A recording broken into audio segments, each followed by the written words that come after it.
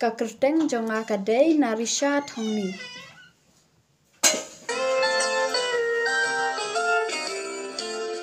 Ha jing yad lenti kom ki kristan bun jing yale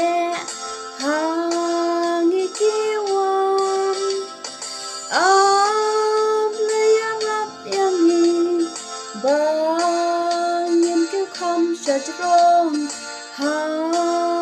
du bang in dayo ban pu sha ka thong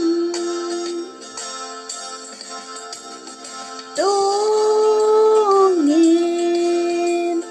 de sha pu sha ka dai bangin yo jo bia la ka thong ha du bangin yo poi sha te Shalom, kahima jong umlay,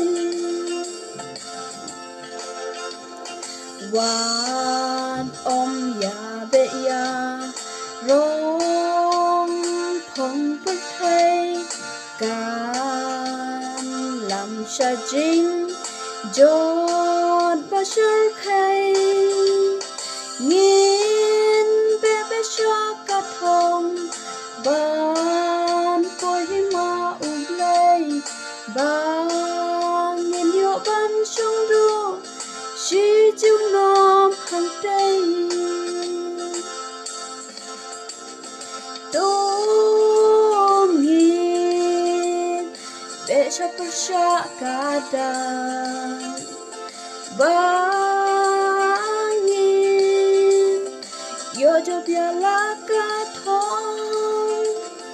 hadu bangin yo poi shate shalom kahima jong ublay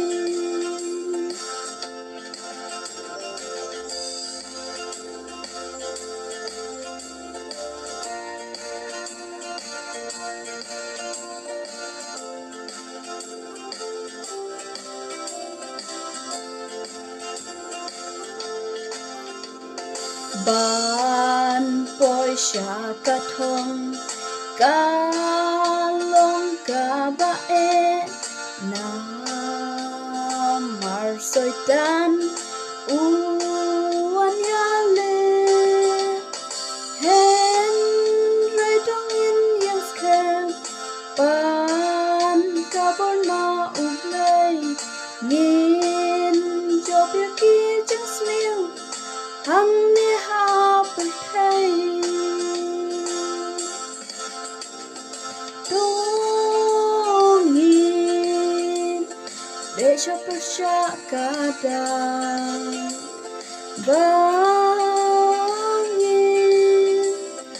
yo jo bia la ka thong ha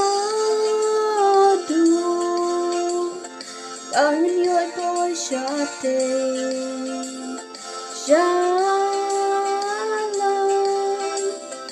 kahima jong ublay,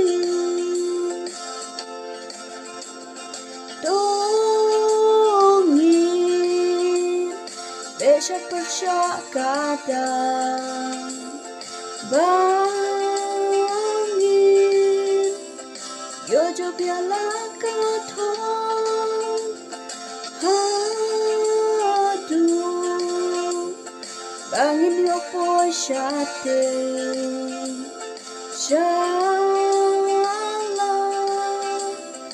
kahima jong ublay shalom kahima jong ublay